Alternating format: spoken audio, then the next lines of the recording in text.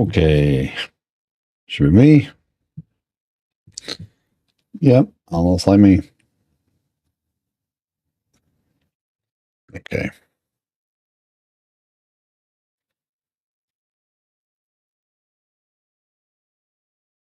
One second.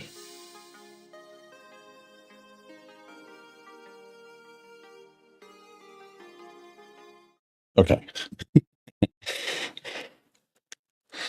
Dogs. Okay, so if we go to features, planning, components, requirements, component, features, planning. Yeah, let's add this in app test. I'll like import that. What does this have? This has requirement identifier. Gotcha, because this is for a requirement, not for. Oh. Yes.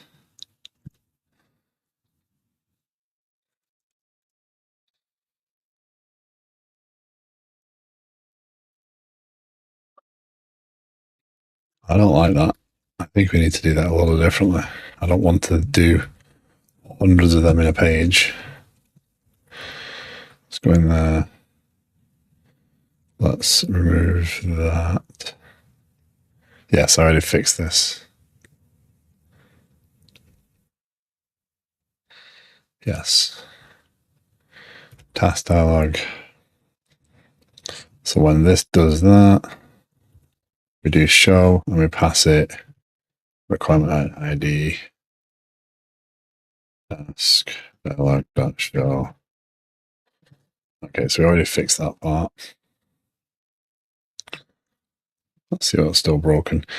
We're missing components everywhere.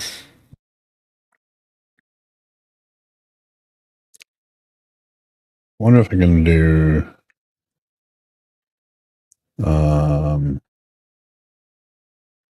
view mode, doc unpinned. Where are you? Hey, Hindle, how you doing? How are you feeling today? Well, I hope. Can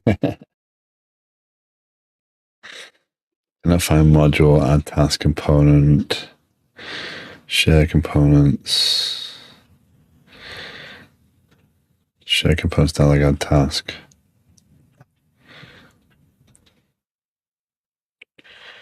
Where can't you find it? Requirements, modules, planning, components, requirements. That's because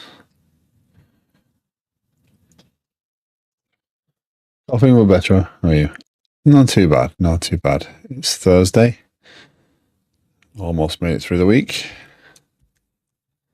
All right.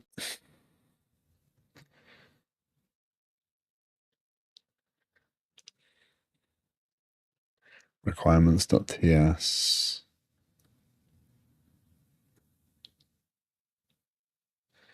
Requirements.ts.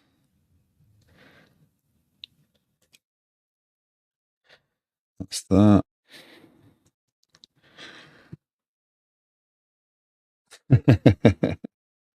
A day that ends with day. Oh,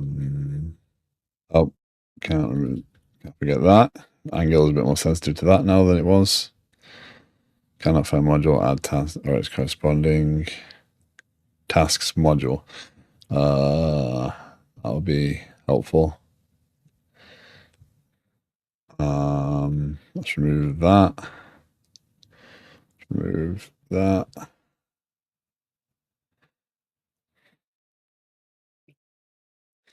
The challenges of deciding that you want to refactor things and move things around and then picking up the pieces afterwards. So what I'm doing is I'm trying to, and I'll be able to show it in a short while, I'm trying to rebuild the app with a little bit of a different style. Still not perfect, but it's a little better, a bit cleaner than it was.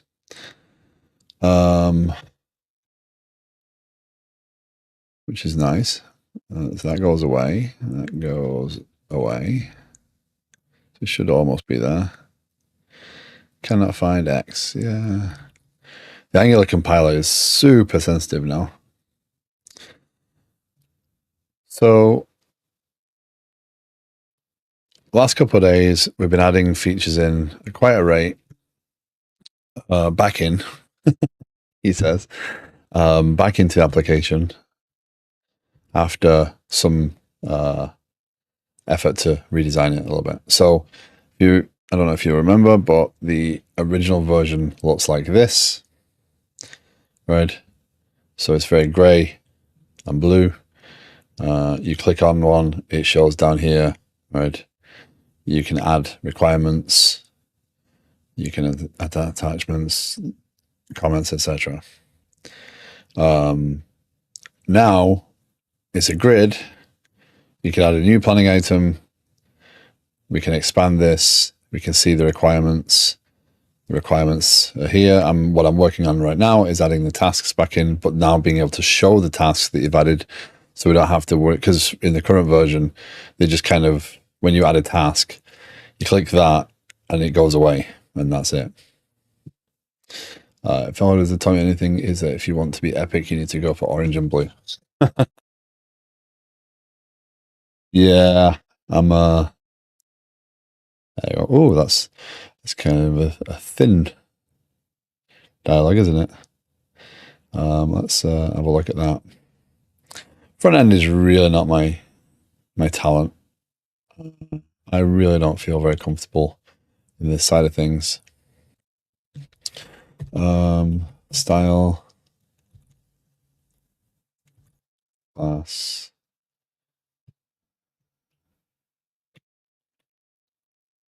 Is that actually valid?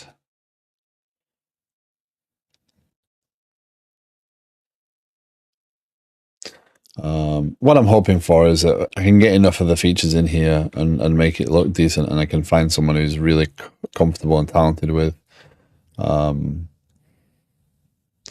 UI UX, and they can do a passover of it and come up with a new design. I have no issue with redesigning it all. I have no issue with, I realize the benefits of having some UI UX and your features being driven off the UI UX, but at the same time, it's not my talent. It will slow me down to put so much focus on this piece. And I don't have any energy for it, to be honest. But I want to get this working. It's part of my application stack, so.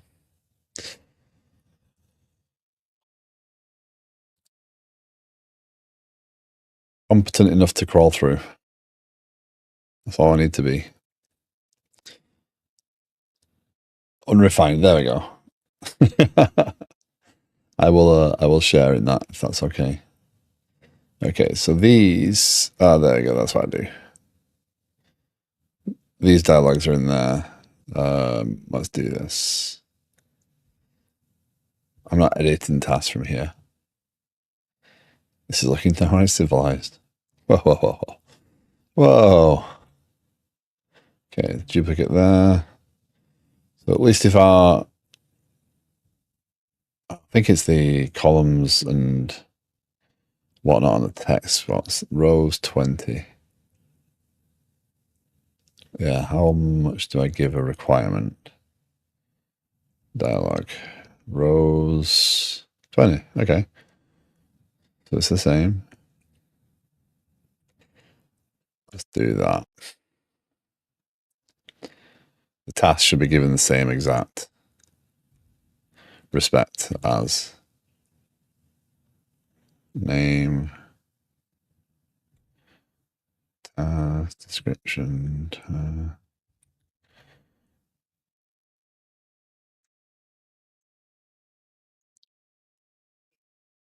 Is that the same?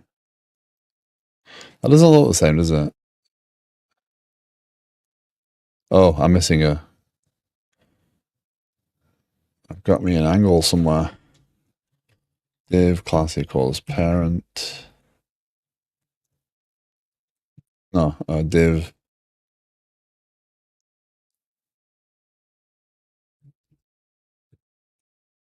I do here. I do. Is it ID equals parent?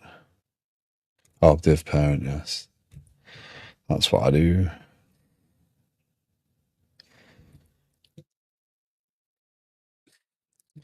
That's just to anchor to. So when you do drop downs and stuff, you can attach to parent, and it will allow it to pop over the dialog. Task description, input text. I've got something breaking. Where is that? Oh, it's that, isn't it? There.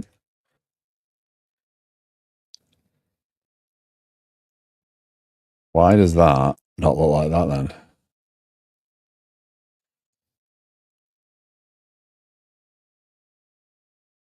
Add requirement, add task. Width 450. It's got to be something to do with that. Let's have a look.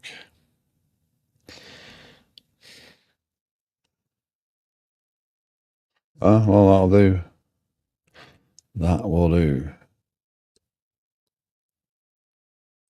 Let's do that.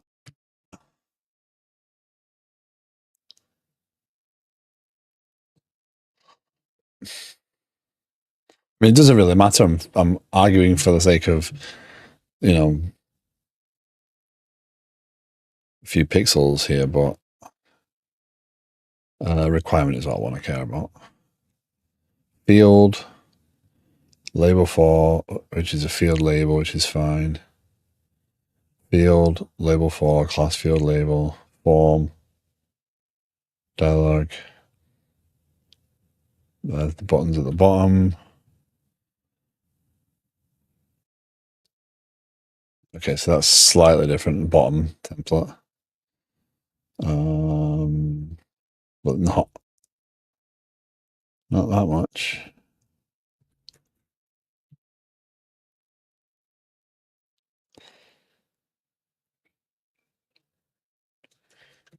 Oh, you know, I didn't do the announcements, did I?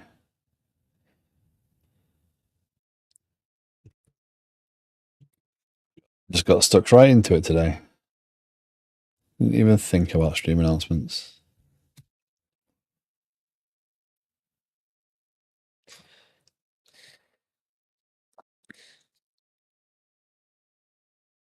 I'll put this at 1080p, by the way, because I think that it's very important to make sure that this piece specifically is usable in that format.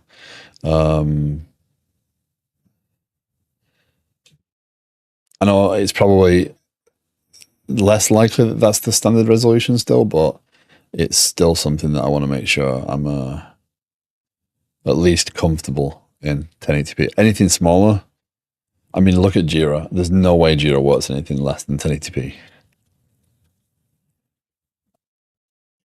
And even if it works, usability is probably questionable. So, yeah. But I'm not planning, this is not something you want to do on mobile. If this application is required on mobile, then there'll be a mobile specific version. You know, first make it work, then make it mobile is kind of the way I want to go here, because it's more important that I offer the features of planning than I offer the ability to do the planning on the go, because the idea would be that you are meeting with people, you are talking with people. You shouldn't be doing that on a mobile device. And a lot of the features that I'm asking to put in here, of myself to put in here, are really better off.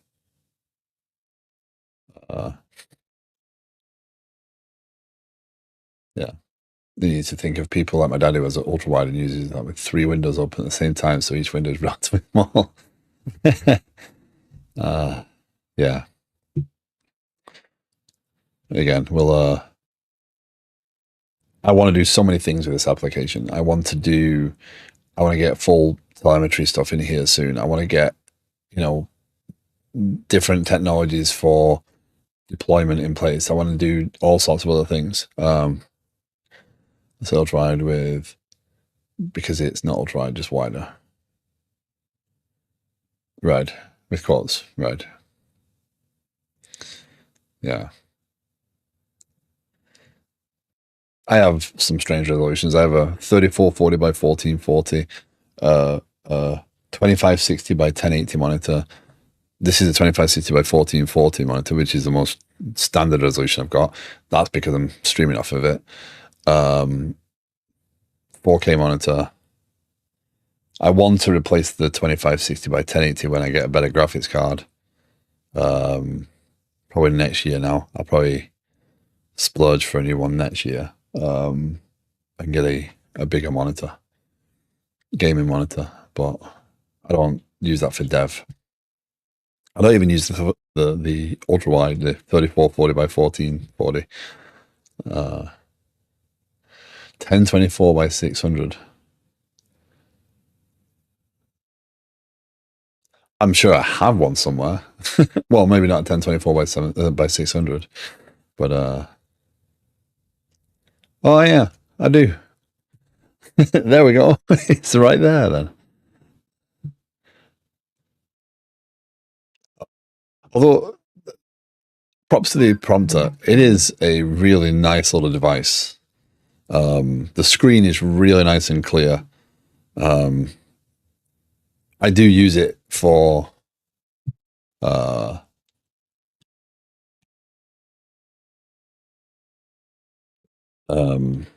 Discord chats if I'm talking one-on-one. Yeah, it's too small though. Yeah, okay for me. Morning, Mojo. How are you doing?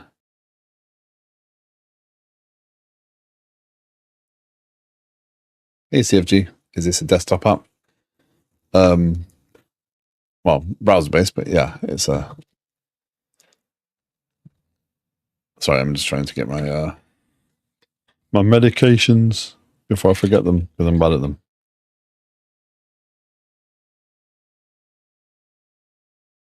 So yeah, this is Liquid Sky.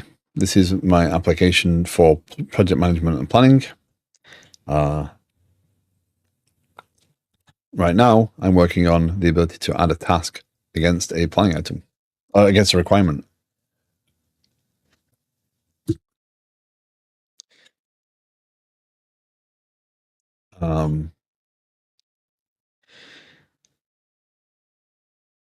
What I'm trying to figure out right now is why that is not the same width as that. Yeah, let's set that way.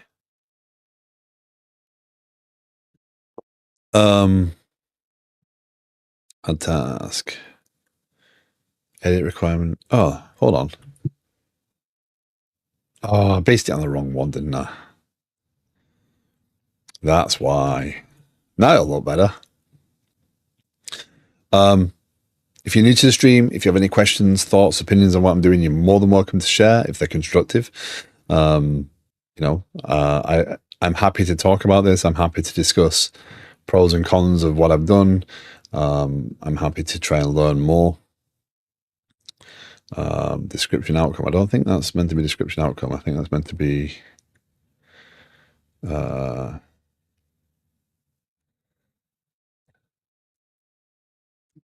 description.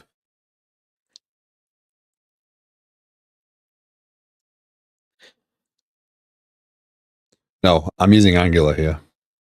So this is all Angular. I tend to shy away from things like Blazor and stuff. Not my favorite for development. Angular is something I've used a lot of in the past. I'm not good, but I'm capable, I think. And I'm capable of learning at least. Nice. So the one thing that this doesn't do, so this should actually work. Task should appear. Task should appear in task screen. This task should appear.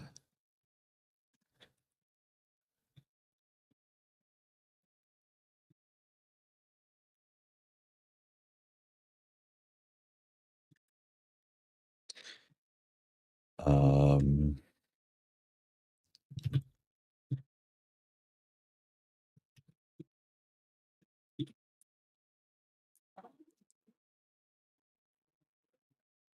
so that's the problem of the current system, right? The current design has that exact problem, right? So if I hit that and pull up the task window, I get nothing appearing. So that's the first thing I'm going to fix here. Now I'm going to put a list of tasks down here. I'm yet to decide how I want. I think I'm going to pop them up to show them and maybe provide edit. I don't know. I think for now it's good enough to show them from here. Ultimately, those tasks are what will be sized. So what I'm building here is I have used Jira for a long time. I have seen the process fail. So I'm taking a go at this from my perspective of I think that requirements and planning and all those fun things should be done. And before they become work, before they go into any backlogs, they should be well thought out. And then the developers can work on tasking those out as actual workable stories. Good afternoon, Mr. Jones. And those would have sizings, etc. So this planning item, this requirement would have an estimated size.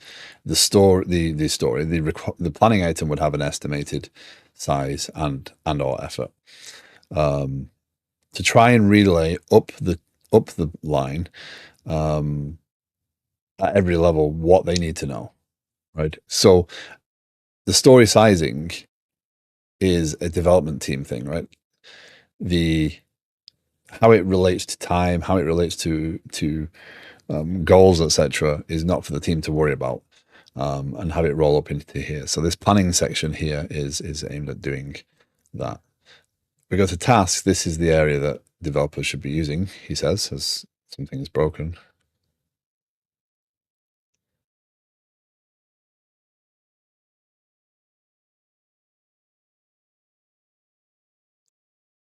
Let's try that again in a minute.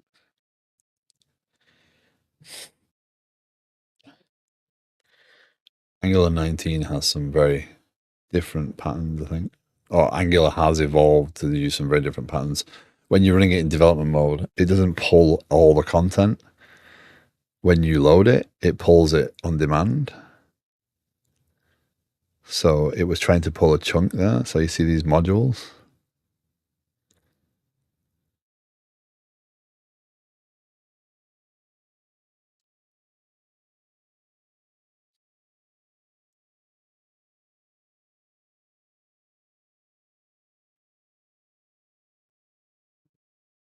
Okay, there's tasks. So that should still, that like is in the same dialog as the other screen. That sets no requirement ID. We have a backlog. See that this one shows, so this is the requirement that drove this task. I can assign that to a sprint.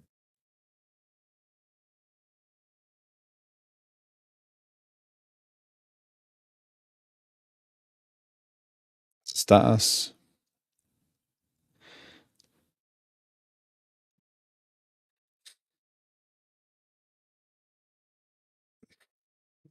We'll go back to the planning for a second. Expand that. So now I'm thinking what I want to do is load the tasks for that requirement.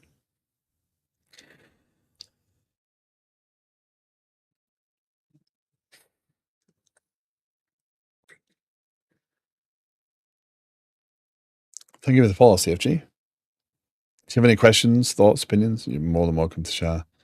I'm not looking for anything in particular when I say that. I'm just making sure that I'm clear that I'm okay talking about stuff. Why do I have a UI change coming from the server?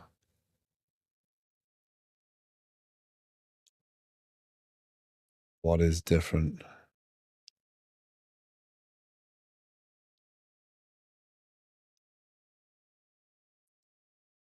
I tried switching computers to see if I had the same bug on my MacBook. I got a different error on my MacBook. Joy. Sorry if I missed it. Got disconnected. What's the USP? USP? Do I know that acronym?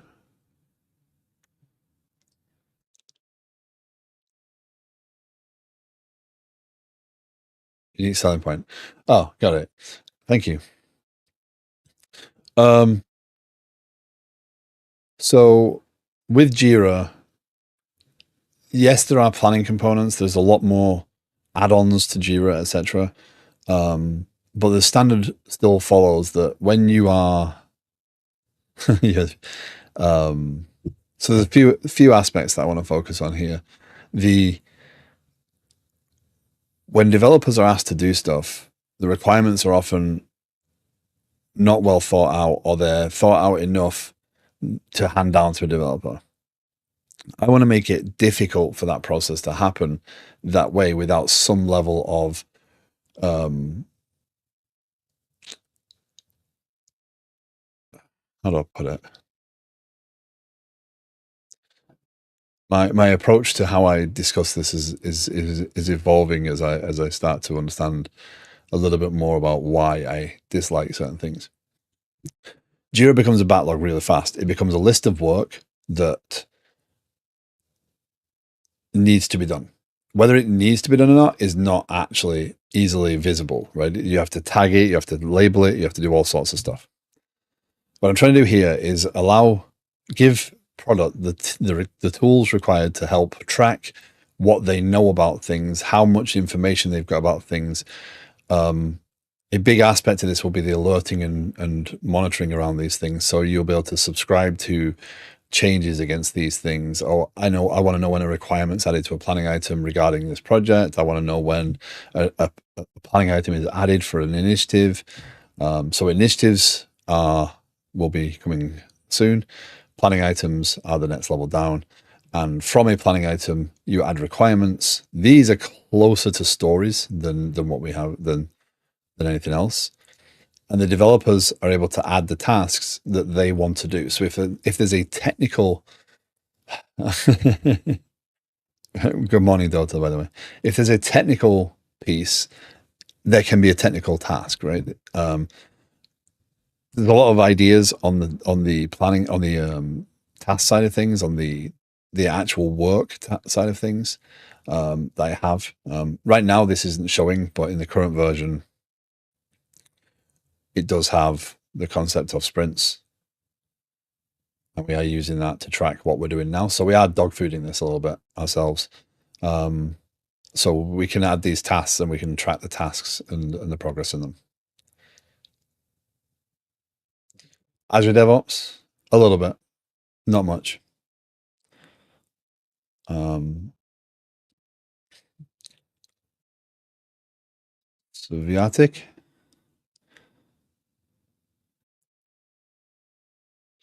Welcome in. Thank you for the follow. So, yeah.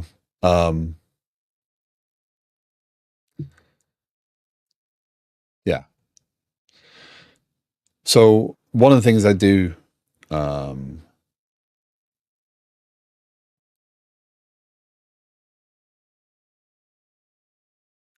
have is this review date concept. So the planning items themselves, when you create a new planning item, you're expected to set a review date. This is to allow the product team to set when this should come back into their vision. Ultimately, this will highlight, past due, etc. The current version organizes it a little differently. It has past due, current, and upcoming, but we kind of scrap that in this design, and I think it's better.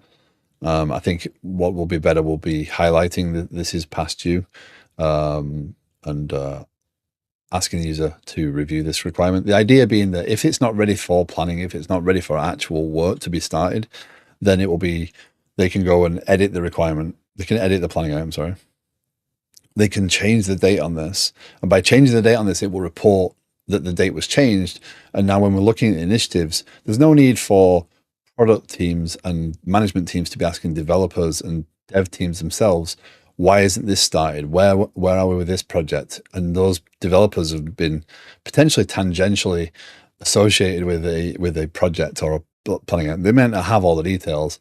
So the aim is to try and get the product teams to design things in a little bit more detail before handing them off. Whether it'll work or not, I don't know. But I'm building the application. It's a useful exercise. I want to make it something. It would be good, but we'll see. But ultimately, my goal is to not have developers tied down to tooling. The developers should be able to go off, focus on their tasks. Their tasks should be visible to everybody else. So the idea, again, ultimately here would be you'll be able to see a tab here for progress, and it would kind of show a Kanban board of all the items that are in flow for this particular planning item. So you'll know if they're all over or they're all, there. And we can plan releases from within here. So we know, oh, this is going to come into a release. We can associate it and tag it. Just kind of trying to roll it back up so that the management team is the one responsible, because Jira has become very much a dev-driven tool, but you often find these friction points where management want to know something and the developers have to add in new flow, new process, new tools, new tags, whatever, to introduce that concept. And it just becomes this constant battle of, are we doing it right? Are we adding this? Maybe it's because Jira is so many things, but if nothing else, by the end of this, I will appreciate more of what is in Jira than anything else. But anyway, so we can add a task, but we don't see the task. So that's what the next focus is. Let's get that task dialog used in feature.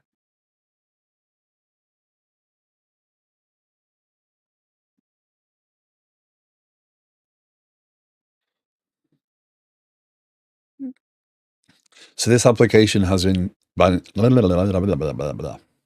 start that again, eh? My mouth is going dry.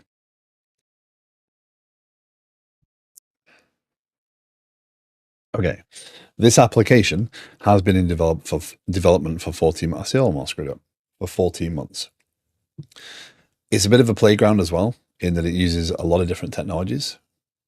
Take care, Mojo. Have fun. I think. There's a lot of technologies in play. From the Angular side, we go to an API gateway. The API gateway is YARP and has some identity pieces in. Identity here is a very simple API, which just hooks in and builds a token. We use ClickUp, the new fancy task management tool aimed for project managers. Nice. Yeah, there's always a tool on the horizon. There's always different ways,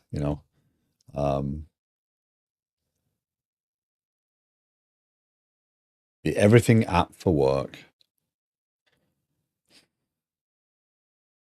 I haven't seen this one yet, I don't think. Tasks, sprints, time tracking, dashboards. Yeah. I don't want to sign up. I want to see the thing. Yeah, it's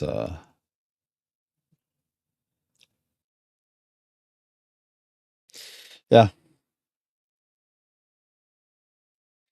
Yeah. Well, when it comes time for integration stuff, that's the thought. That's where do we need to know that, right? Does a PR getting completed mean that an actual task is available to be done? There's all sorts of stuff, workflows and stuff we can put in there. Yeah. But so there's a lot of technology in play here is what I'm just demonstrating here. So when I save that task is saved to an API. When it saves to in the database, these are individual databases, by the way, saves to that, it publishes an event that says, hey, there's a task the view component picks that up, and now I can see it in the GraphQL layer, GraphQL over here. So we're using Kafka. There's a bit of RabbitMQ and mass transit in here for communications right now. There'll be more of it later. And there is some Akka. Yeah, it's not only serving as a, this is the backend piece. This is the .NET piece. Not only serving as an ability to, a chance to build a new tool, but a technology playground along the way. Something you don't often get to do if you're building software in your day-to-day. But if there are questions, if you do want to see more or ask more, please feel free. Doing the coding on the stream is not the big focus. If you want to talk about things, then you're more than welcome to, as long as it's related to this sort of stuff.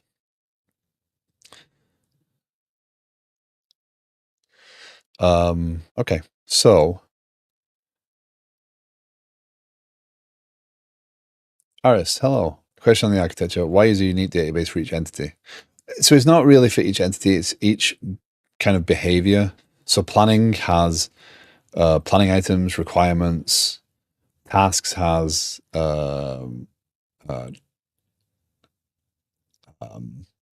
its own components. Task has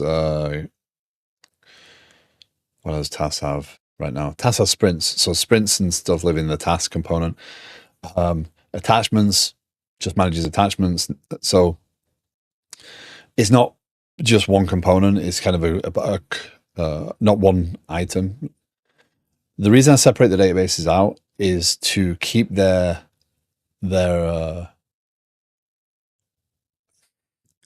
I focus on trying to capture the data as quickly as possible, right? Making sure that I have the data that the user is asking for me to save. So that when I create a planning item is created and then everything else happens. So my priority is on quick save. I'm not using these for query. These are only used for writes, essentially. They obviously are queried out, but they're queried out by their ID straight away to publish to Kafka. So Kafka is being used for event state transfer, as it's referred to, or event state based transfer. And what happens is, as soon as there's a little bit going on here. As soon as I hit an endpoint, right, I post into the planning item, I save the planning item.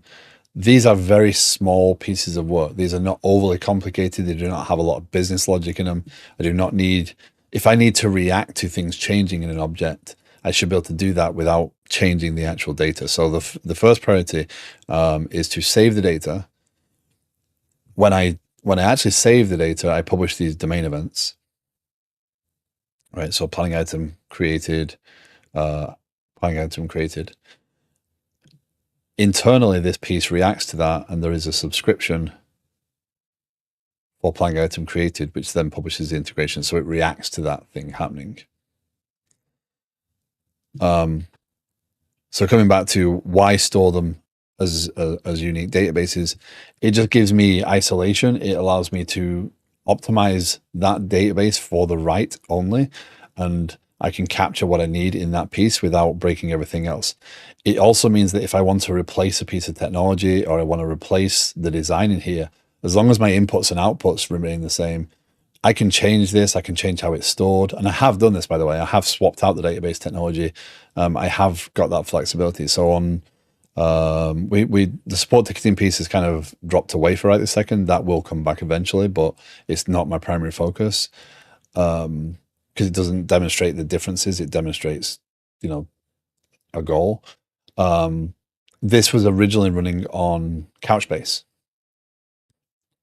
And I just swapped it out for SQL Server in an hour. So having this isolation, having the data schemas and stuff isolated does give me a lot more control over how I use the technologies. If I find that there's a better way of storing something, I have that option. There are other databases. Identity is its own database. Changes. This is a MongoDB. This isn't backed by SQL Server. This is backed by Mongo because the schema of the objects can change. I don't want to be constrained by you know, oh, the change from, 3 months ago looked very different than the change from 5 minutes ago. So yeah, I isolate them. The GraphQL database here. So this has this is all optimized for read. So there's a lot more indexes. I use views in here. I don't need to put that load on any of these individual databases. So these can just be focused on capturing the data the user asked me to capture, and then the rest of the system gets told. It does cause some issues, obviously, with eventual consistency. I'm not using the exact same table to read from as I am using to write from. So it does come with some extra cost. But I can mitigate that in many ways. So on the client, when I send up a thing and save it, I get an ID back as the confirmation. That ID allows me to update the entry that I'm storing locally, so I look like I've got that item, even though I haven't. If you refresh, you won't have the item. But what I'm going to be working towards is having push notifications down to the client, so that when you save something, you are also able to be told, oh, yeah, that item's been updated. Here's the server version of it.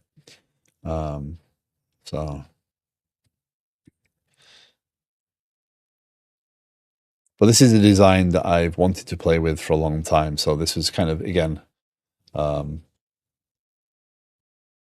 the developers use this platform?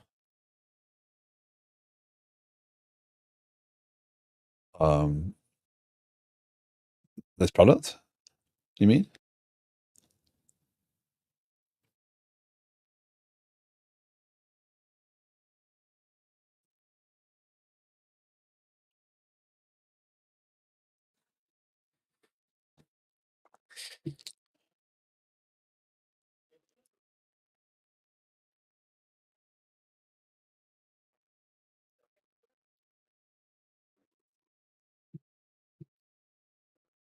I often feel like it may be best to separate project management software and dev ticket software. So yeah, that's kind of why I'm breaking it the way I am, right? And it's a little hard to visualize right this second because it's not as clearly defined as I would like it. If I go over here, right, so this is the current version. So these are actual things we put in. So the goal will be initiatives are larger scale things. Planning items are exactly, they're for planning, right? They're for determining, do we have everything we want? What do we want in the terms of the business? So a requirement lines up with what the business is expecting. That's the goal, right? The product team is going to put these things in as requirements. These aren't technical necessarily. And our examples are going to be a little bit off because they are technical by necessity, right? So what we're using this for right now is a kind of technical in nature. But ultimately, these are intended to be more descriptive of what the user is actually wanting you to do, right? So this is what the requirement is of this piece. And again, this is not a description in the newer version. This is called goal. And it's just a one-liner sort of what is the goal of this planning item. And the requirements are actually the specification of it. For a requirement, the development team, the intention is that the development team will add tasks.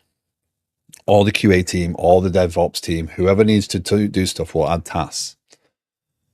So this area of the application is intended for the developers. This is not planning. This is work to be done. So originally I wasn't going to call this getting stuff done, work, whatever. The intention being that this list, this backlog here is work that can be done. Now, when we get to teams and we get to organizations, like this will change a lot over time. But when you click on one of these, right, this is indicating, I mean, roughly right now, it's showing this is the requirement that drove this task, right? So this planning item, task default to wrong status, is the parent of this piece. But this is the exact requirement that this was created off of. So this is what you're keeping a focus on when you're doing this. This description here is like a subtask in Jira, right? The intent is for the developers to be able to put in here what they want to do. It supports Markdown just the same way. And they'll be able to lay out the expectations of what this task revolves, whether they want to go small or large or whatever, they can do that and flex that. That's the goal, to allow the developers to work off that. And then the developers work in the sprints, not everybody else. They are able to, drop his active column from tenant table, create subscription table. This is something that Mojo is working on right now for me in order to utilize the permissions. So I added a bit more fluff to this, but I don't need to. Ultimately, again, this would show the requirement that drove this task. Developers can also create tasks themselves, right? So if I go here, right, the intention is that. So what I'm trying to do is give developers fewer tools, planning more tools, and bridge the gap that way, so that there is a lineup between what the business is asking for, but we don't have any of we can't put technical pieces in a story. You can't have technical requirements in a story, which leaves you with interpretation and assumptions all over the place, right? Yeah, so I'm primarily focusing this on the product management and planning side of things over the devs. Not to say there won't be dev components, but I'm trying to make it so that the dev piece is very quick and easy, and all the reporting and stuff, like, has this been completed? Where are we with the progress of this item? Those things are more visible and easily reported up to management and visible from here. So again, like I said, there'll be a Kanban board, is my intention here. So you'll be able to see progress, and it'll show where everything is as it relates to a planning item, and also an initiative level do the same exact thing. So you'll be able to see where planning items are in relation to progress. And then, do things like, based upon the pointing or sizing or whatever we've got on the jobs that are out there, are we close to having this done? Is it at risk because we've set ourselves an expected date of this? But don't pass that on to developers, right? Keep that away. Let the developers work on the development, and also trying to gate this piece so it's done and thought out enough that developers can build tasks, because developers don't ask a lot of questions. Stories get put in the Jira backlog. Oh, we need to work on this now. Okay, it doesn't have the best requirements, right? This way, that piece at least can't happen. They can't just be adding random tasks because it'll cost them more to do it. Do it that way. Whereas with Jira, you can just drop a story and say, "Oh, can you work on this now?" So ad hoc versus planned will be measurable. Yeah. And maybe I evolve those ideas. Maybe there's other challenges. Maybe people can bring other experiences. Ultimately, I want more and more people to be able to test this if they want to, and give it a go and see if they like it.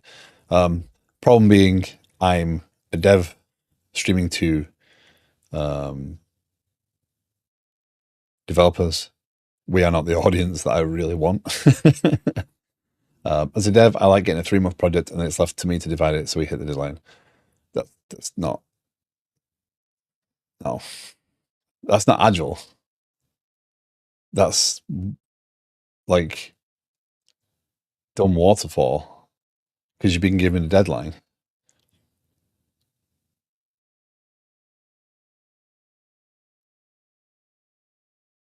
Hey, go off, figure this thing out in 3 months, and you divide it. That's not.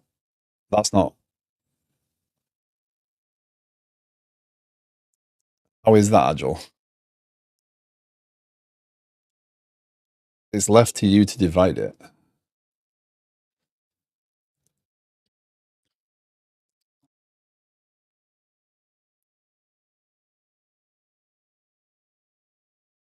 Well, partially, yeah. Like, what I know that timelines are a thing, right? I'm not debating that deadlines or expected deadlines are a thing. What I want to do is have So an initiative or a planning item will have a goal, right? There'll be an intent of, here's a goal for what we want to get this done in, right? Here, and then the requirements get added. The requirements are thought out well enough based upon what they need, right? If they add a requirement to that thing, it will highlight a requirement was added. This likely messes with your timelines, right? But you shouldn't be figuring out the work to fit in the time. You should be figuring out the work to fit the requirements. And if it matches the time, awesome. If it goes more than the time, that's on them for asking for those things, right? It's not for you as a developer to figure out how to fit the work you have into their expected timeline, because that's the problem with waterfall. You'll make compromises, you'll make decisions based upon, well, I've got to get it done in 3 months. So the goal,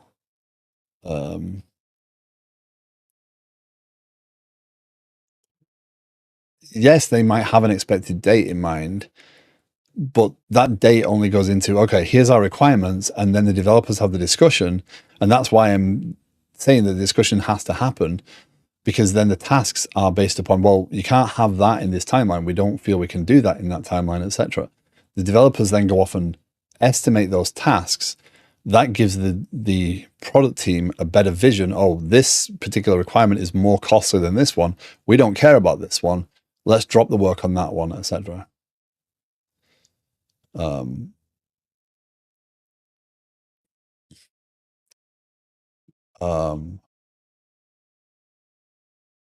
I've seen it work in Jira through company process. Really, we're discussing epics at the moment. Primarily epics. Epics are the got signed. Every story got signed off and couldn't change. Any change would be a new story. Yeah. But again, that takes rigor in your process enough to say stuff ain't changing, right? But it's not on the developer to figure out how to fit it into the time frame. Given a time frame, the developer should be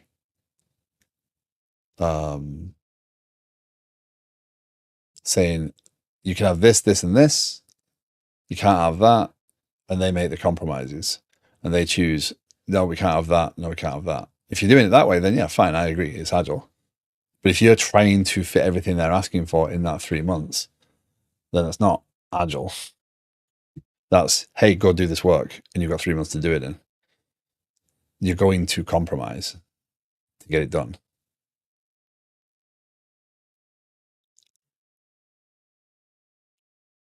I don't see how.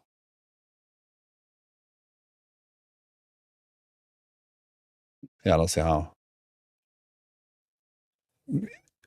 In reality, you need well thought out work. You need to, the people who are asking you to do the work need to understand the requirements of the customer that they're asking, that's asking for that piece, or whether that be internal or external. They need to understand how to relay those requirements. Developers need to be brought into the fold to understand the reasons why the business needs this thing and what it's driving forward. They need to be invested in that process, but it also needs to be very clear and remove as much assumption as possible. Because if things are left down to the developers, they're not always going to make the right decision, and that causes churn, that causes all sorts of issues with the process.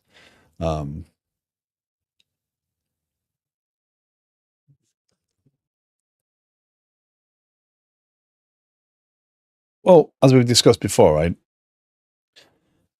This starts working, right? We have some requirements, we add some tasks, those tasks get sized. Let's say we're going to use points, right? So this requirement highlights, this is 13 points. This requirement shows this is 8 points.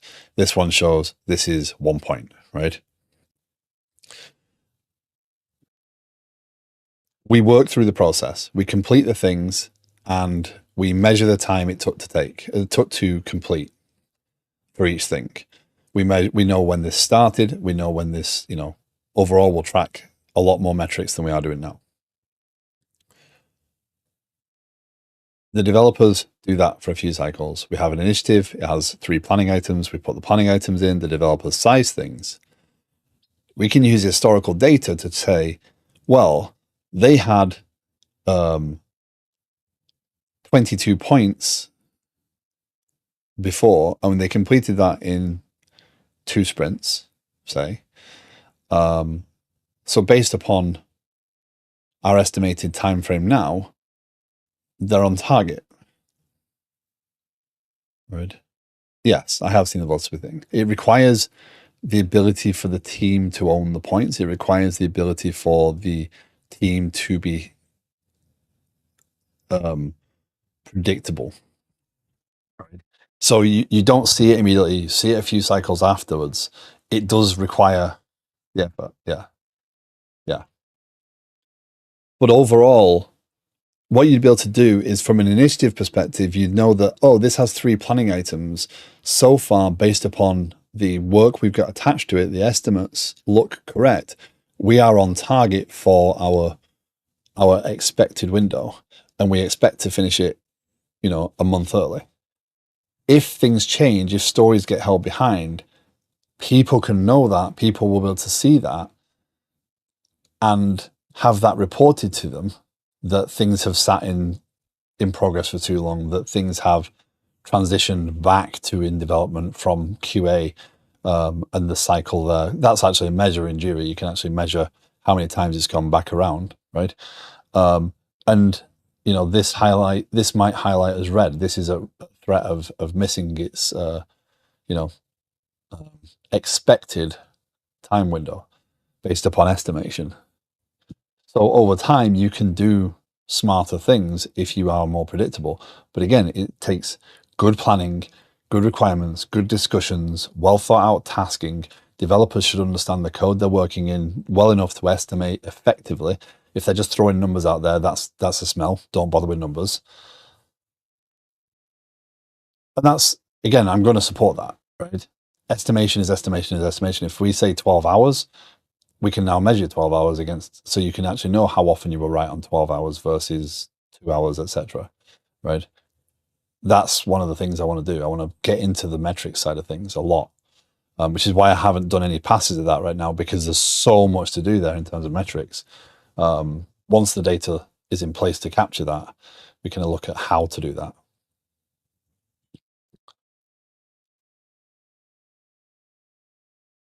And it's fine. I get that we don't all like the point system. I get that it doesn't make a lot of sense, but it doesn't make a lot of sense a lot of the time because people haven't had a good experience of it, because the entire system's not working the way people want it to. It's built on the premise of things working. Yeah. Just got my article finished on 10x code bases. Unsurprisingly, I was kind of throwing everything I could think of on the topic. First draft, the opposite finished. Yeah, first draft finished, that's fine. As always, if you want any readers, let us know. More than happy. So what I'm going to do here, so the problem is I don't have the tasks pulled in automatically, right? I don't want to, when I expand a planning item, right, it does a load, that pulls all the requirements, attachments, and comments. That's a lot of data to be pulling already. When I add a task, that's great. But now I need to go and pull the tasks for that planning item, or for that requirement.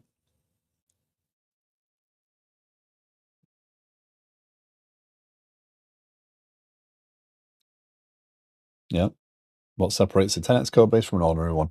I feel like it can make it more clickbait. We'll see. Apex, good morning. How's things? So when I expand the requirement is when I want to do this. Oh yeah, that's what I was worried about. Things are calm today. That is good. Why is there Why is there a server update? That's worrying. Puppers are pupping.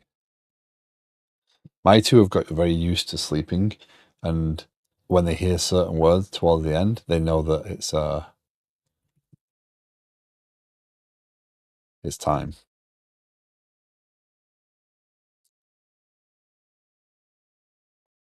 What? Oh no. GitHub have become more producty. What?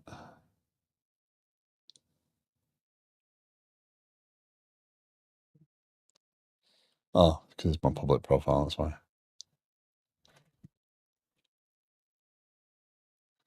Oh yeah, mine one is on. If the headphones come off, it's go time.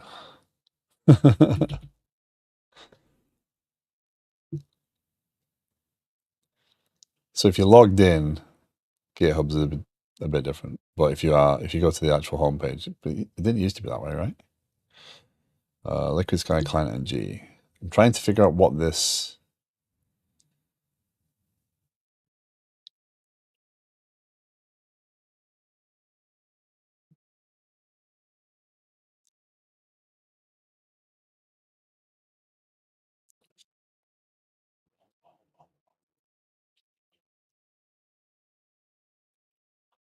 Why do you think there's an update? How do I see that without pulling it?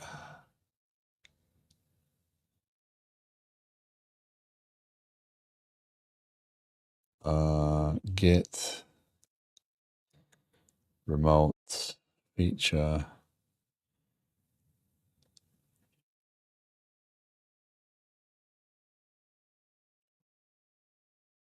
I don't see the difference. Let's test it. Let's see what happens. If it doesn't merge commit, I'm going to be upset. Did it? Why?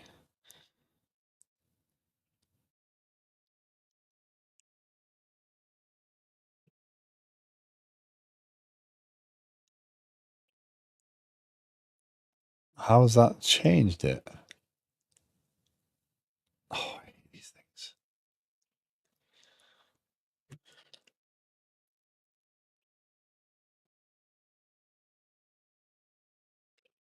How have I done that? I've only developed on this machine.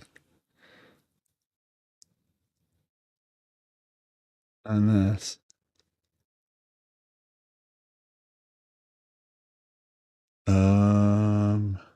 Your version changes from server.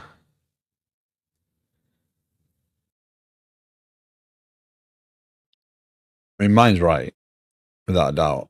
I just don't understand. So this is the old version.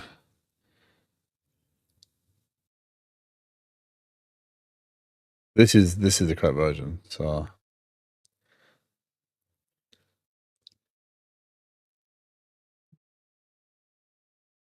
merge remote.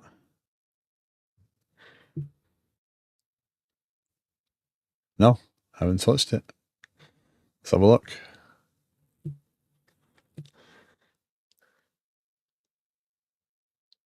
So the commit you're merging into is the middle. The right one is the I just took mine because mine's right. Yeah, but it was there was no need for it. Is my point.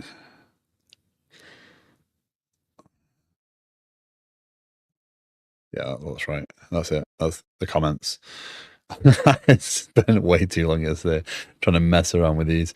I learned that so PrimeNG. This is funny. Mojo found this very funny on my behalf. So I go in here and I'm like, I want comments to look like this. Right? Morning, nerdy biker. How are you doing? Tooltips. I find pop outs, etc. And they look like this, but they're all when you click something they show. You can't just toggle them. Turns out that what PrimeNG do is they build a card and they put a little SVG and attach it to the icon. So it's not actually a component I can use.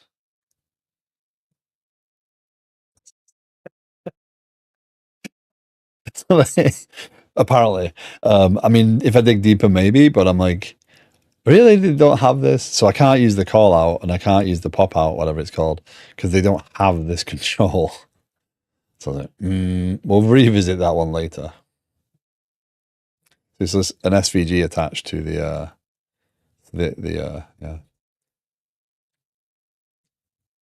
it moves. It's attached to this.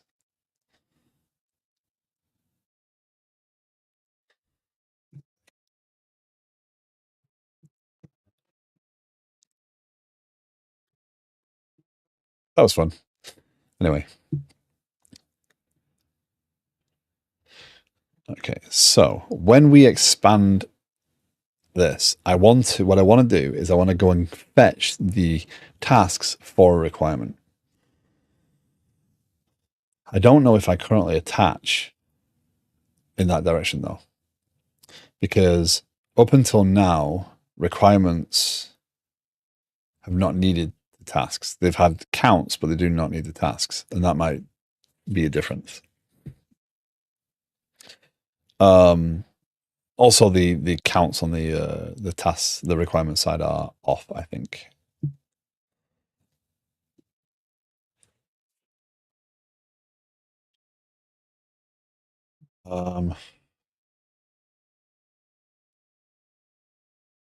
P accordion panel.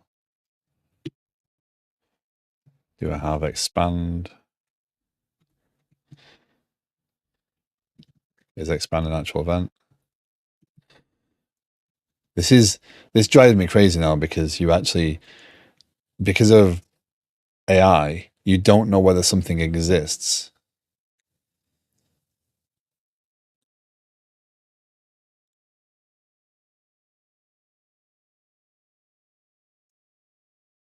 Let's go to the component.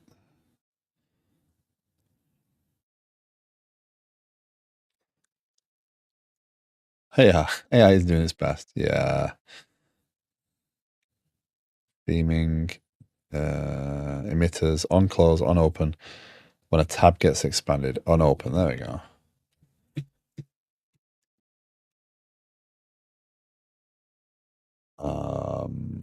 Open.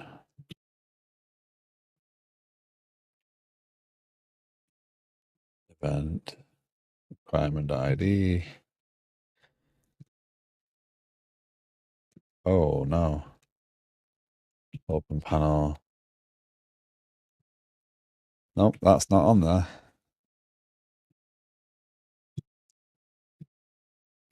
It's on there.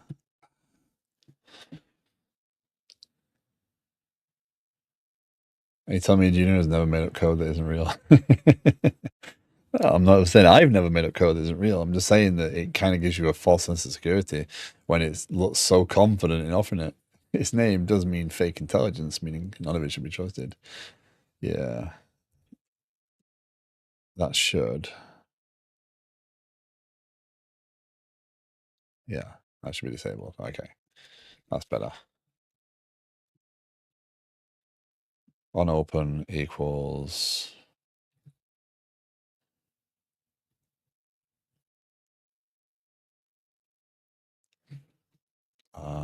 on open takes an event, an accordion event. Okay.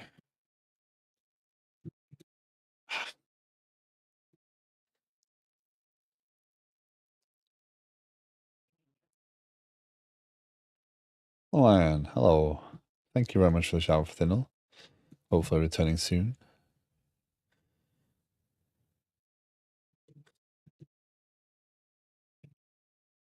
Yeah, let's see what this has in store for us.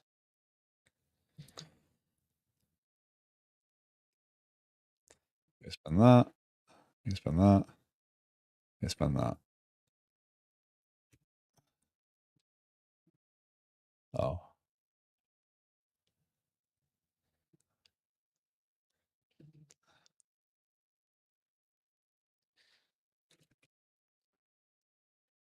Did I miss that part?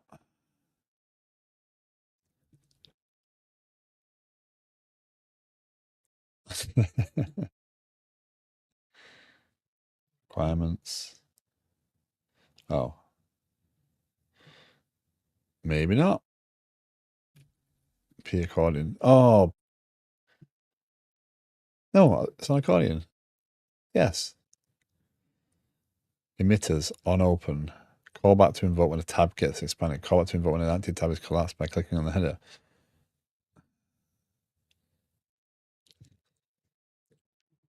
Features. On click. I don't want to do on click, I want to do on open.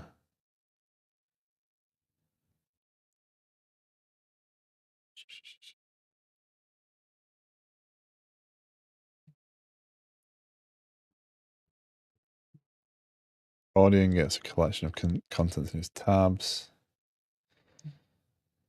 Defines emit that determine the behavior of the component based on a given condition or what the action takes.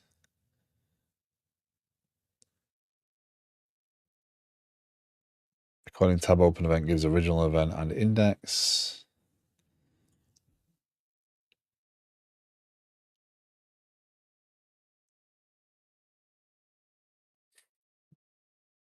Yeah, man. P accordion.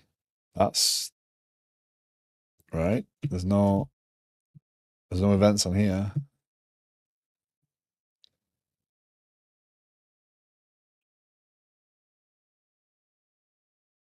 No.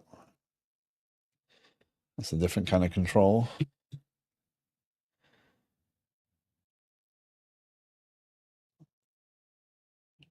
It knows it's that.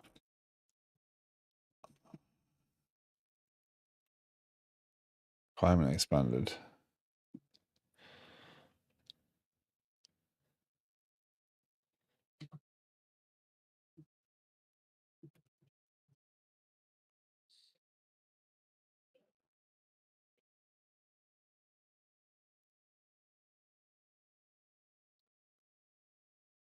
Yeah, that's fine. Oh, hold on. No. Do that anyway, just in case. Don't think that's likely the cause.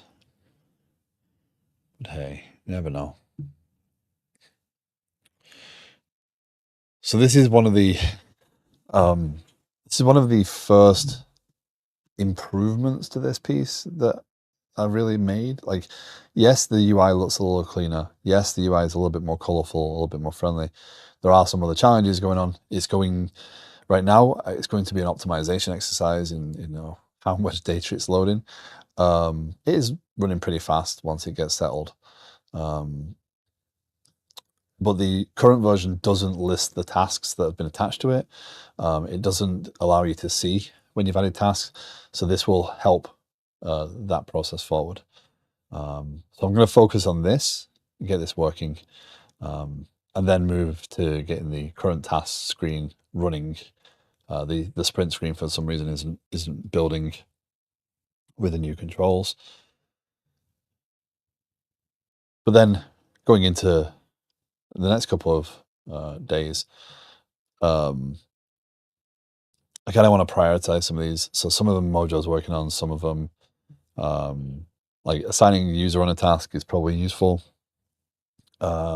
Attachments, comments on requirements and tasks. I think we're going to hold off on some of those things right this second. Some of them I can kind of see the benefit of, but I think comments need a little bit more work. Attachments, maybe. Attachments is its own system right now. And the intent of that is that an attachment is an attachment. What you attach it to is your own choice, right?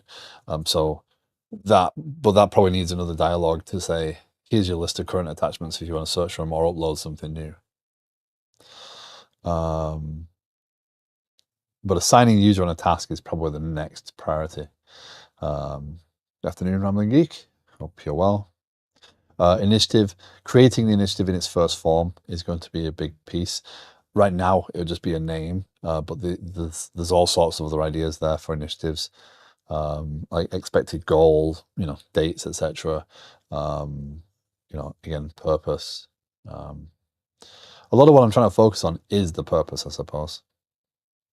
Like, why are you actually doing this? Anyway, so my problem here is they tell me there's an event. And it ain't firing.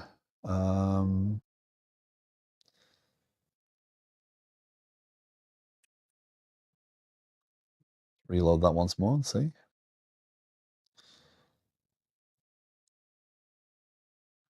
I didn't put it on the wrong place. So that's the requirements component in features. That's the accordion.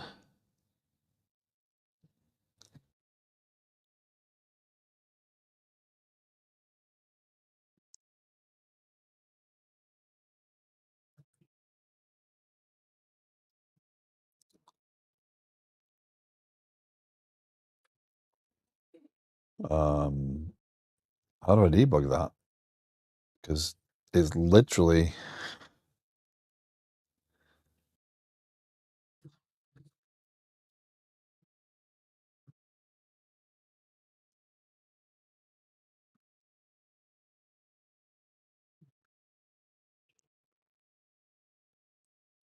that reloaded. No.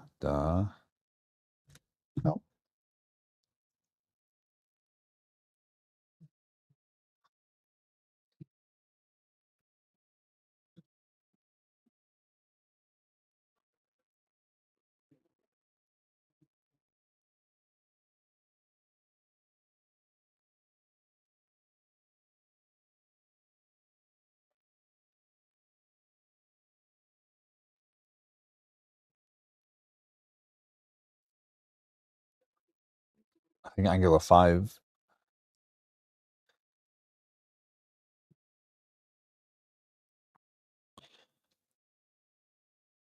Oh.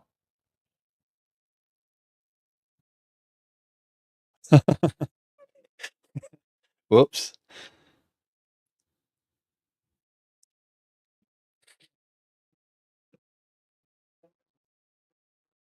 Oh, that's a long time since I found anything like that. That's a showstopper.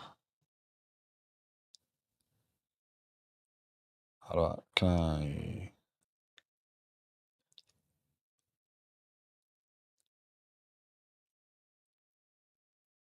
511 outstanding issues.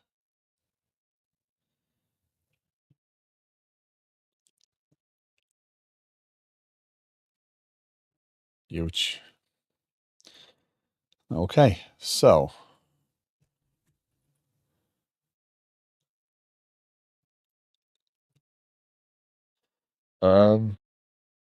yeah. It's too heavy to go and fetch all the tasks for all the requirements. So in here, access token. It's not Friday yet, is it?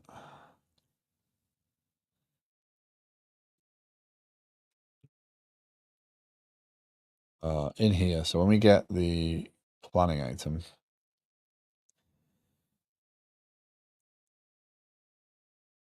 could be. Close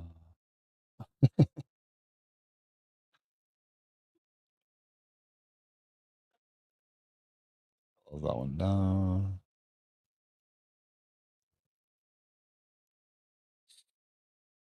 I will say, I am more focused on the client with it looking like this. It feels much better to work in. It doesn't feel as much of a drudge. So I will be actively chasing, trying to find someone who can help me with the UI UX. So this is not the last time this design is going to be done. I really do want a full so I do need to get a lot more process in there to give the ideas. Realizing obviously already I'm doing the thing where I'm changing the code to adopt a new style. I realize that what I'm doing here is exactly backing the point of, well, the UI can drive the requirements, but I'm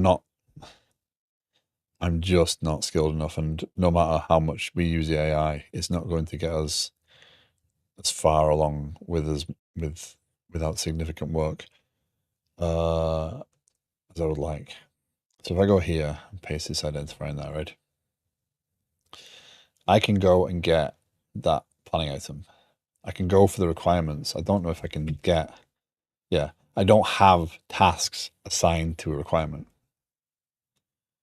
I have tasks here.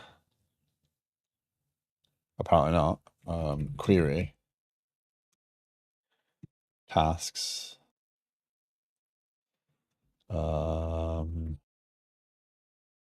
Where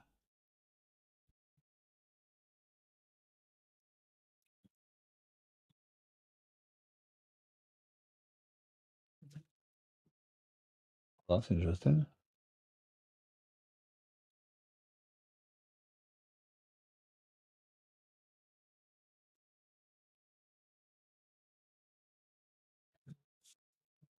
Requirement. Uh-oh. That'd be a problem. Even if I get this working, I don't have the right way of doing it. So I might not be able to do this piece right this second. This might require another. I don't want to do everything under user profile. It's just not. You're still getting a lot done with that regards to having usable UI though. It gets the point across. So if when you get an actual UI UX person, as you mentioned earlier, they'll know what your intent is, and that's been my goal all along, right? I do like this style. I think that it is much more friendly than what was there. Yeah, it's yeah.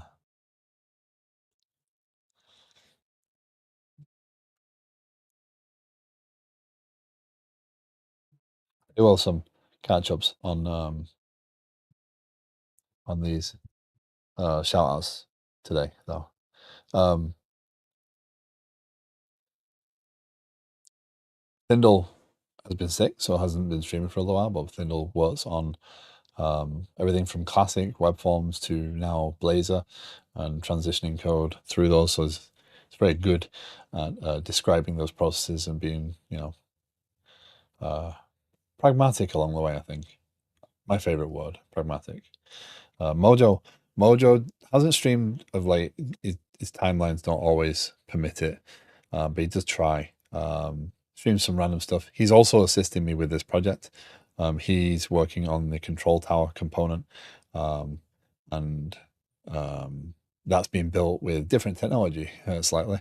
That's being built with Next.js on the back end, on the front end of the back end pieces, or the back office part, I suppose that is. Um, that's where we're going to do things like management of subscriptions and all those sorts of fun things. But he's building those parts out right a second. And then Anna's difficult to describe because Anna is all over the place in terms of technology. Super smart person. Building yesterday, building a DI container for a game engine. Other times building tools to help plan. Yeah, it's all great places to hang out. I modified how I do the shoutouts. I was picking random streamers from the list based on how long it's been since last shouted them out. That's based on who was most recently active in chat and or recently rated. Nice. Appreciate it. I do really appreciate it. And yeah. Yeah, more stuff to get done. Okay. So I think what I'm going to do is I'm going to not focus too much on that piece. What was that change?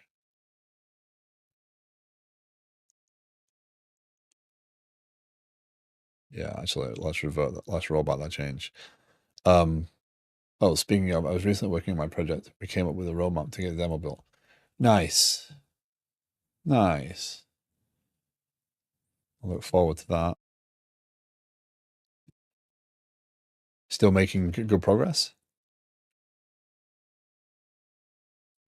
And are you planning on streaming any of that? I need to get my book read today.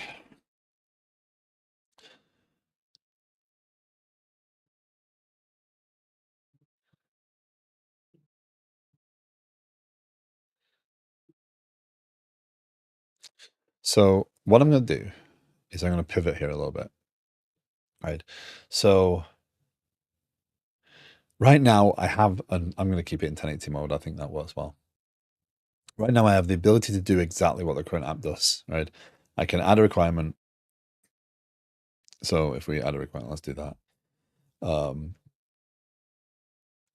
Making good progress. Cool. A planning item should have things attached to it. That is need to have a planning item do things in the long term. In the long term.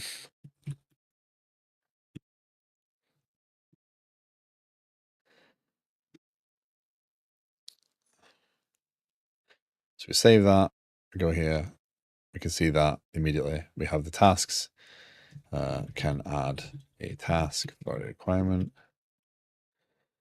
The task will show in the log of requirement of tasks. So this just basically gives me what I have now, right? I'm going to leave that here. If we go over here now to tasks, that can add a task requirement. Now, the reason it doesn't show the planning item is attached to right now is because this is the client only version. You see how it's select status? Until it comes the full journey, this is now in a bit of a temperamental state, which is something that I, again, need to work on strengthening up. I can make it more stable, but if I was to assign it to a sprint right now, it'd actually disappear because it doesn't have a status on it. So you see, it looks like it has a status, but it doesn't. Go to ready for development, right?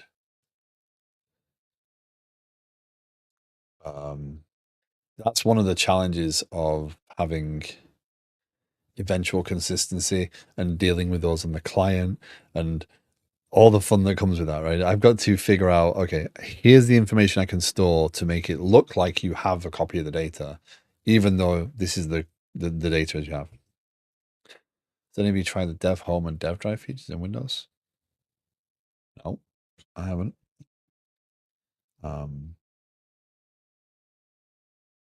I can assign that to a sprint, right? And that'll disappear out the backlog here and go to here, which is the piece I need to fix now. Okay. So this is an erroring, which is the more confusing component. What is the dev home and dev drive things?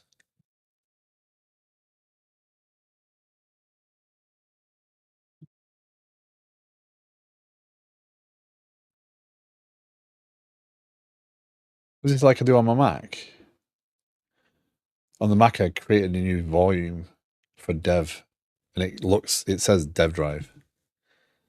Oh, yeah, it is.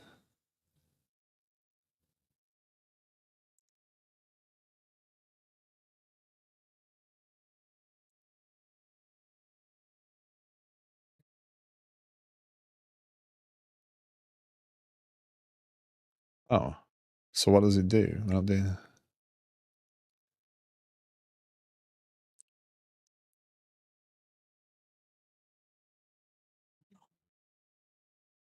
Package cache.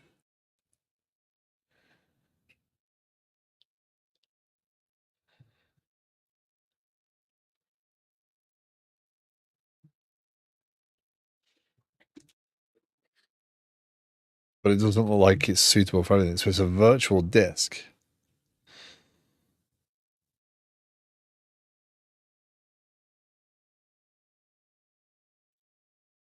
Dev drive is intended for source code repositories and project files, package caches, build output, and intermediate files. So it's the same concept, but actually backed by technology. So, okay. Huh. I'll set up a test dev machine. We want to look at that. Oh, come on.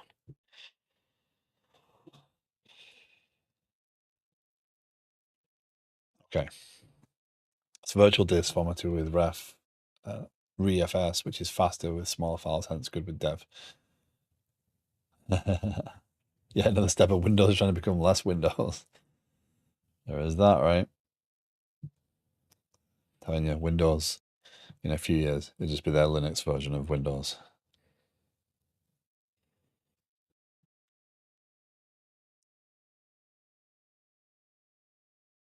Probably is. It's just the investment of doing it and playing with the technology when you are. Yeah. Machines get scary to go and change, right? Because you end up with so much investment in the setup and everything. Doing it in typical Windows fashion, building it on top of Windows, yeah. Yeah. Well, Windows will just be WSL with a GNOME front end or something.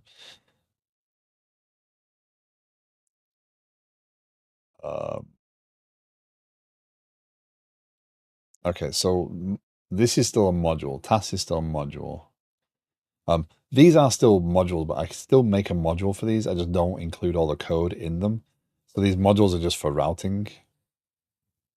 And I probably should do the same thing here. So if I do new, actually, see if it works. New Angular schematic.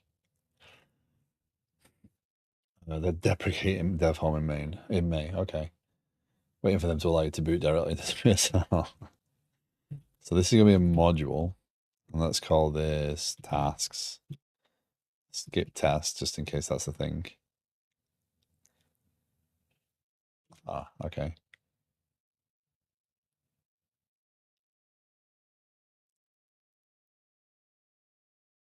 Oh, okay.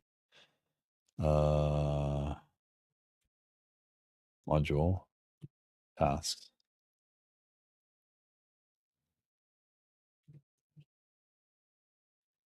Oh, hold on, hold on. That's gonna break its brain. I think. Oh no, it doesn't add the module into the core, so that's fine.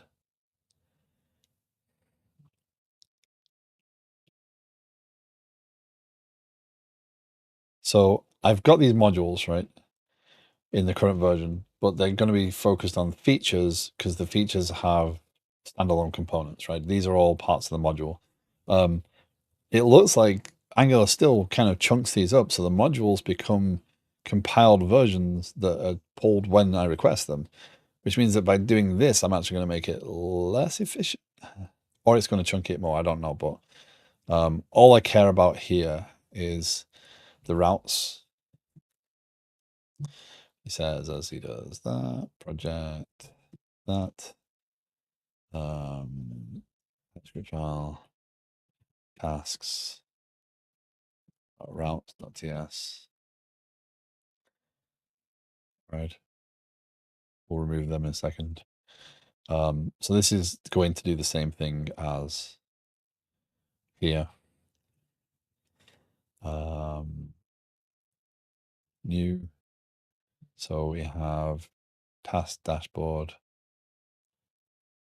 new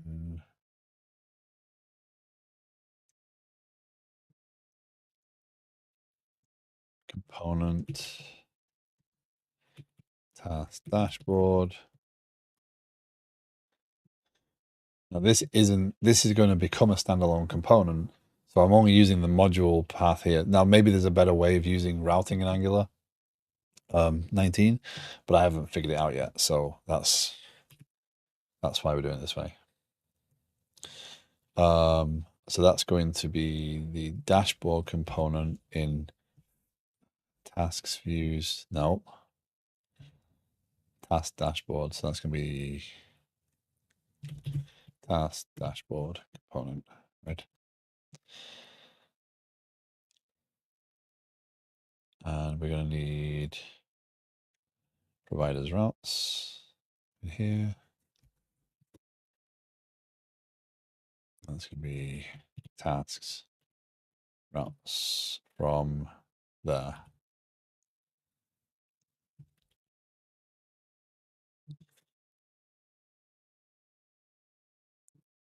So now what we do is we go to our app routes, and tasks is not going to take us here anymore. It's going to take us to features, task module. and that's going to be the features version of the task module. So now when I go to apparently sign in, actually, whenever you're changing the modules and re-adding components and building on that, I find that it's probably better to let Angular compile itself again. Yeah, just lessons. Have you considered making this an extension for an existing popular product?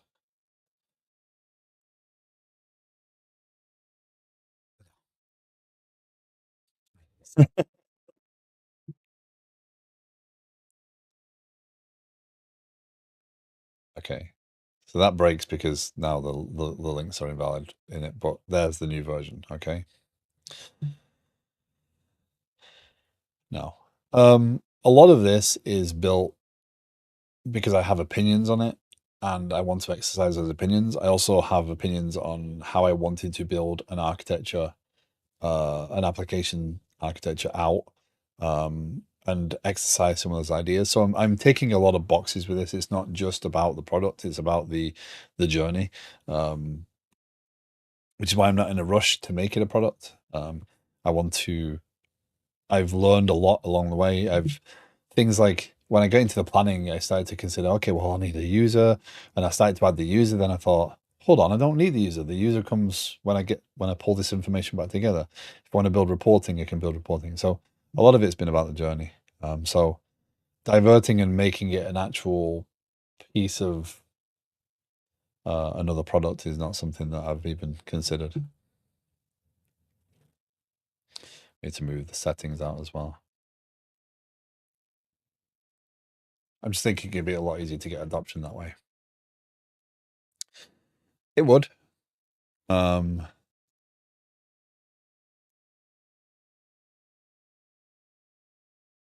But again, it's the journey. If this was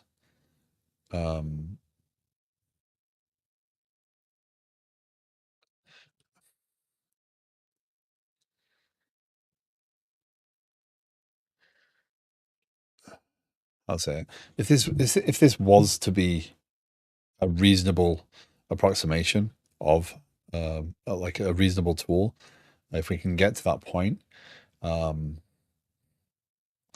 maybe I reconsider that. Maybe I think, well, it's not going to stand alone, but it can be its own concept, and it does help.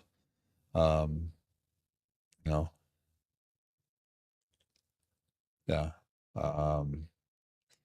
But to me, there's a lot to learn in here. I have asked certain people to help. Also, it's an experience builder, right? At this point, this application is big enough that it's checking some boxes for experience for certain. There's products I've seen that are far less complicated.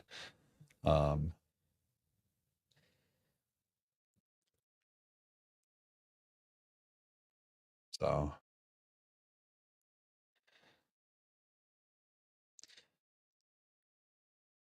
I haven't said this yet in this stream though. If you are interested in talking more about this, if you are interested in chatting, do have a Discord. It's linked in the cards below.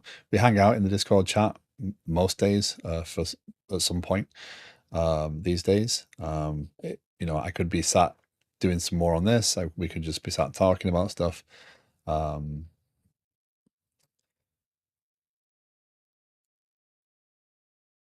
But if there's any questions, thoughts, opinions, etc., that you want to share, your own projects or ask general questions, it's a good community. Not just this Discord and this community, One Lion stream, Thindle stream, Anna stream. There's a bunch of people, a bunch of smart people across this entire dev community on Twitch. It's just rich in experience and ideas. And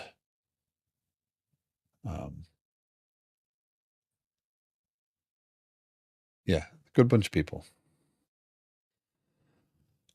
Sorry, my brain's kind of gone to mush on this. It's in the cards link below. I have trouble with bots. Another thing that I have yet to get working. I use Streamlabs, and there is a Discord command in there, but it turns it off.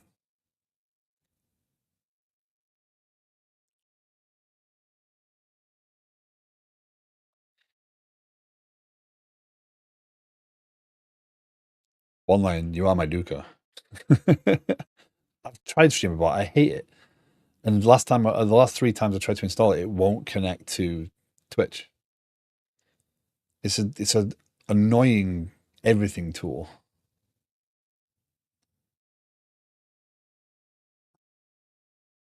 That was a little bit too aggressive. Hate is a strong word. That's not what I do. It's a big piece of software. Um, it will not connect to Twitch for me.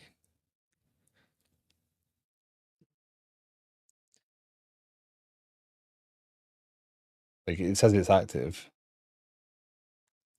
Do I have a Discord command in there? Yeah. Well, hold on. Hold on. No, my commands are yeah.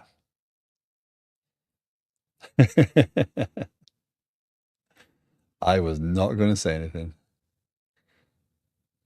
Hold on. Invite people. Let's do no, not everything off to the server. Invite people.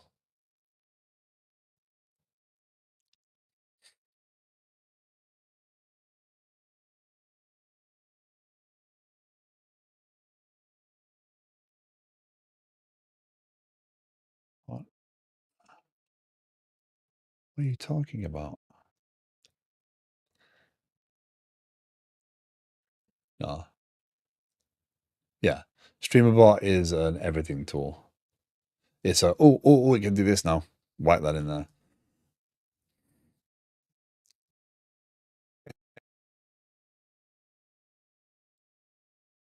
Well,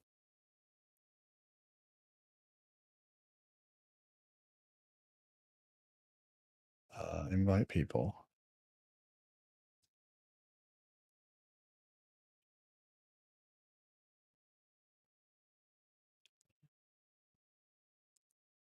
Sorry, now I'm thinking about it. I'm like, let's fix that.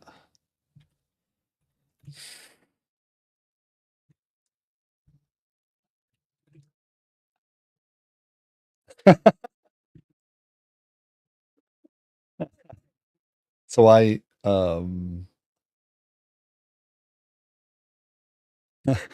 click the copy button in the Discord thing. It says hidden, use copy button. I hit copy. I go to paste it into Streamlabs, and it says hidden, use copy button. Funny. It doesn't work. Oh well. Use the link in the card below. We'll fix that eventually. Uh, you need some project focus.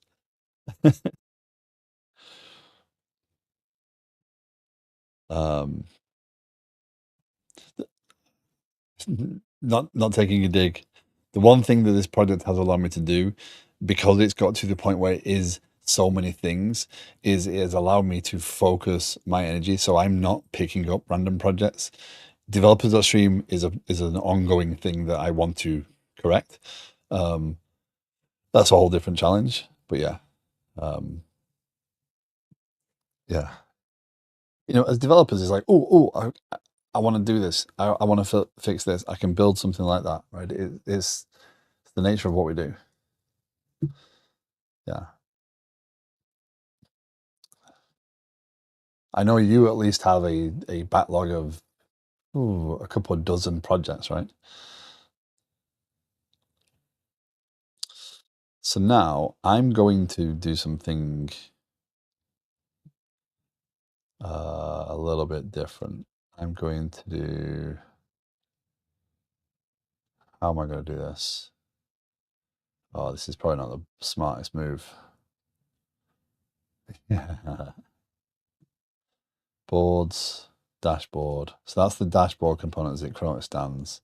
So let's add another component for component, boards.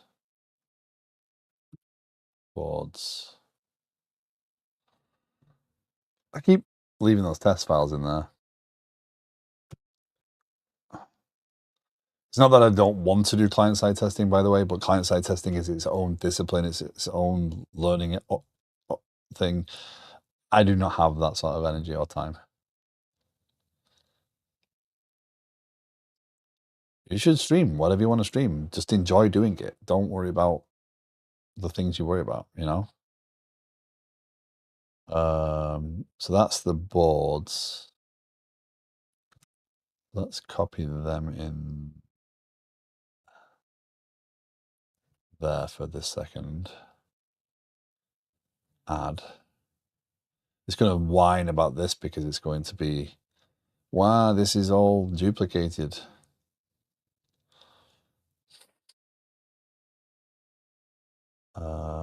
Duplicate code fragments, tasks.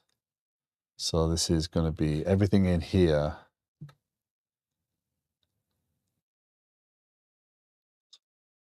Stores.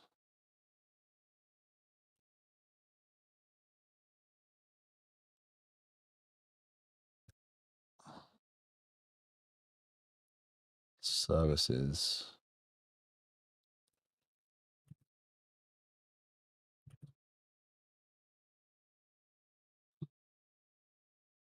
I haven't done this with the others, by the way. This is something I'm trying to do. Since Angular introduced the standalone piece, these are all individual components. So the module used to include all these things. Now it doesn't. They're all standalone. The problem is now that I'm going to end up with weird paths. So I'm going to have to change every single one of these to make sure that this is going to be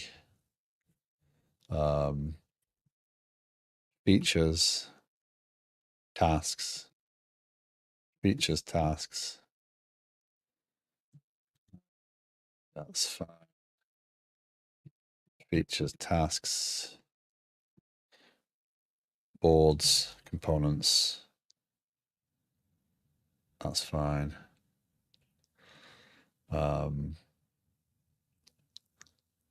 What I should do is in this version, I should delete this module once I've transitioned everything.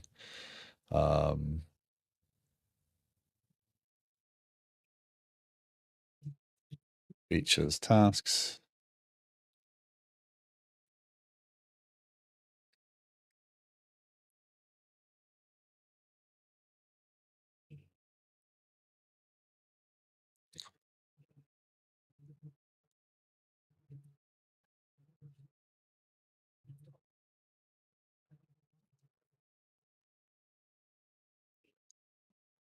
Okay.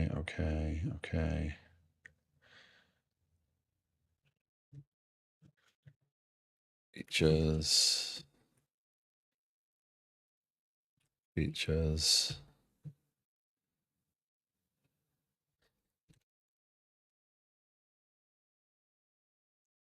Oh, why is that referenced? That's not right.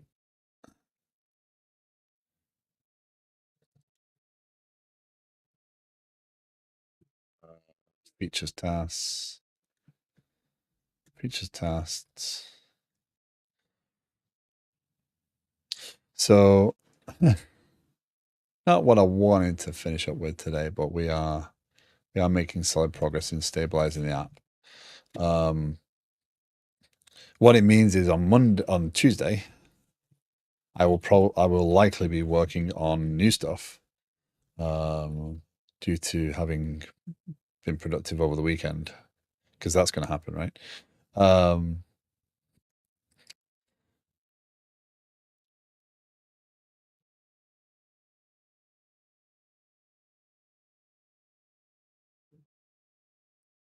Yeah. So that's features. So coming next week.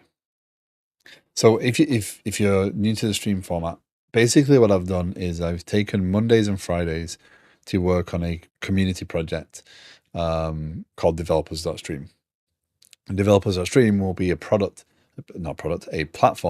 aimed at helping promote developers who stream, discoverability, promotion, etc. So that is underway. That will become an open source project that I hope that people start to contribute to once it gets to a certain stage. And as yet, I'm still trying to lay down some of the rules of how it should be structured before I start taking any PRs. But once it goes forward, I'm hoping that people will engage a little bit more in that. The intent is to build a platform that will you can go and search for developers by the technology they use or whatever. They can help promote themselves by logging in, linking their Twitch, linking their YouTube, etc., so that you can find them by the technology. It will tell you, which platforms they're on. You can go off and find those things even when they're offline. Also provide APIs for streamers to hook into so that they can look up someone who comes into the channel and see if they are a streamer. And put in some tools there so developers can, as they're building bots and stuff, have something to hook up to help promote. And so as OneLine does, OneLine gives these lovely shout outs for people and promotions. And actually, I apologize, Rambling Geek, he gave you a shout out and I didn't actually see it. So when Rambling Geek goes live, you'll be able to know that, or you'll be able to know he's a streamer. But the streamer themselves can control their message. What's the security issue?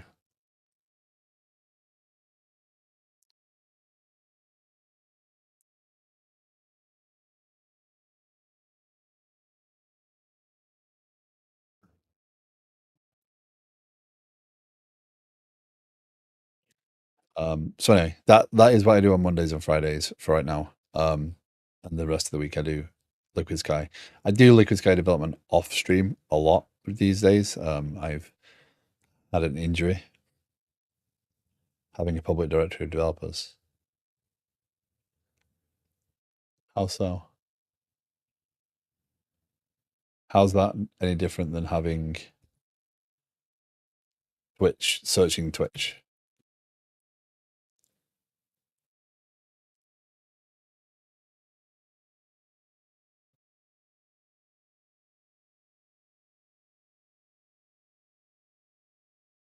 I mean, it's opt-in. It's not, I'm not, that's one of the things we discussed earlier on. Like, if you don't want to be on that platform, you are not on that platform. I'm not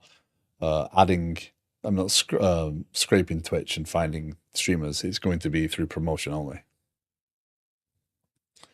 And again, you're going to control your message, right? The idea is you log in, you add your stream. Once you add a stream, you'll be now discoverable as a streamer. Then you say, here's the message, and here's the platforms, here's the tags, etc. That's for you to decide.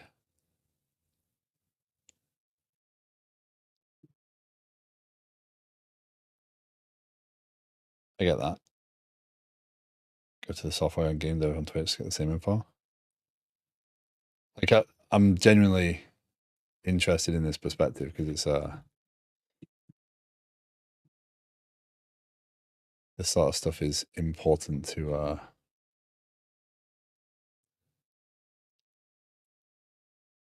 just pointing out it's making one of the most common attacks easier.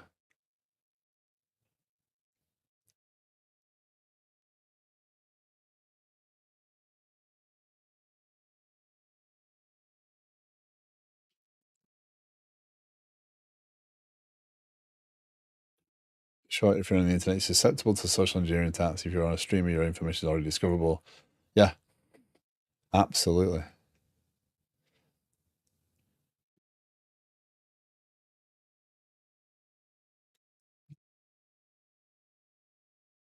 So ultimately, I'm not doing anything that isn't already done. Right? Is that, I suppose, is your point, CFG? Right? It just saying, hey, it's it does pose. Yeah. But again, it's why I don't want to make it about, I don't want to scrape Twitch and find streamers. And primarily this idea came around. Would it be anonymous? I mean, it's not going to show any personal information if you don't provide the personal information. Like my name is out there because I use the stream as a professional outlet, right? I treat this professionally. The language stays, clean. Um, but yeah, it's up to you if you share your name or any more personal information out there. The plan so far would be you see a card that has the name that they've dictated, their streamer name, whatever, and a snapshot of their last stream and the links to their streams. I think it's an issue worth being aware of. I think it's not necessarily worth dismissing. But it's not like you are going. I'm not saying, hey, this is Bob Smith, they're a streamer. I'm not trying to make it that way. Yeah. One line, thank you very much. Thank you for hanging out. It's almost that time anyway. Yeah. Appreciate you as always. Very welcome. And I will see you later. Yeah. So you will link it. So if I like for me, I stream to YouTube and Twitch, right? In theory, yes. Yes. People do sometimes watch on YouTube. Yeah. I will go in, I will sign in. Take care, Apex. Thank you very much for joining and see you soon. I will sign in and I will say, oh, I own that YouTube channel, and you'll get the auth token, etc., and do that piece. Same way you do if you're joining your Prime account to your Twitch account, etc. Yeah. Yeah. LinkedIn, yes, absolutely.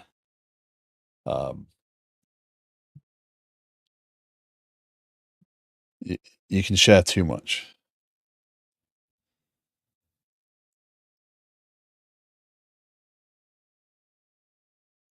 But these days, you've got to balance again the professional aspects, and yeah. But yeah, the platform is aimed at being a tool to help find people. So there's a lot of streamers out there that just sit there streaming to 1, 2 people, right? They're doing something pretty cool. They might be using technologies. They might not know how to promote themselves better. If they go in a stream and that streamer can say, oh, they also stream, and it brings up a card for them to say, because we build the tools to say, this person's a streamer, by the way, they also stream C# or they stream .NET, whatever, go check them out. And that streamer can, behind the scenes, go and check out that other person and then promote them. Then that's awesome, right? So it's a discoverability platform aimed at trying to help other people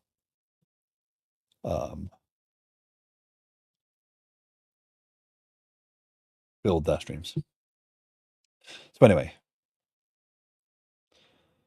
I'll be working on that tomorrow. We'll continue on with that effort there. I'm using slightly different technology there. I'm trying to make it so it's open sourced. It will be in the TBD Friends repository. All the code, all the stuff will be shared. I'm building up the structure right now, so I'm not looking for contribution at this phase, but it will be open up in the very near future and it's always open to opinions and ideas. I think it's a great idea because Twitch aren't doing much to help discoverability. Yeah, it's very hard to find people on Twitch. You have to scroll through and hope that you find someone that's not bored out of their mind streaming to one person. It's very difficult, The quiet days are the hardest ones because you just, part of the fun of streaming is that engagement for me, at least. And people, some people do enjoy just starting the stream up and doing their thing. But I kind of like the engagement. So, yeah. That being said, I must run. It is a work day. I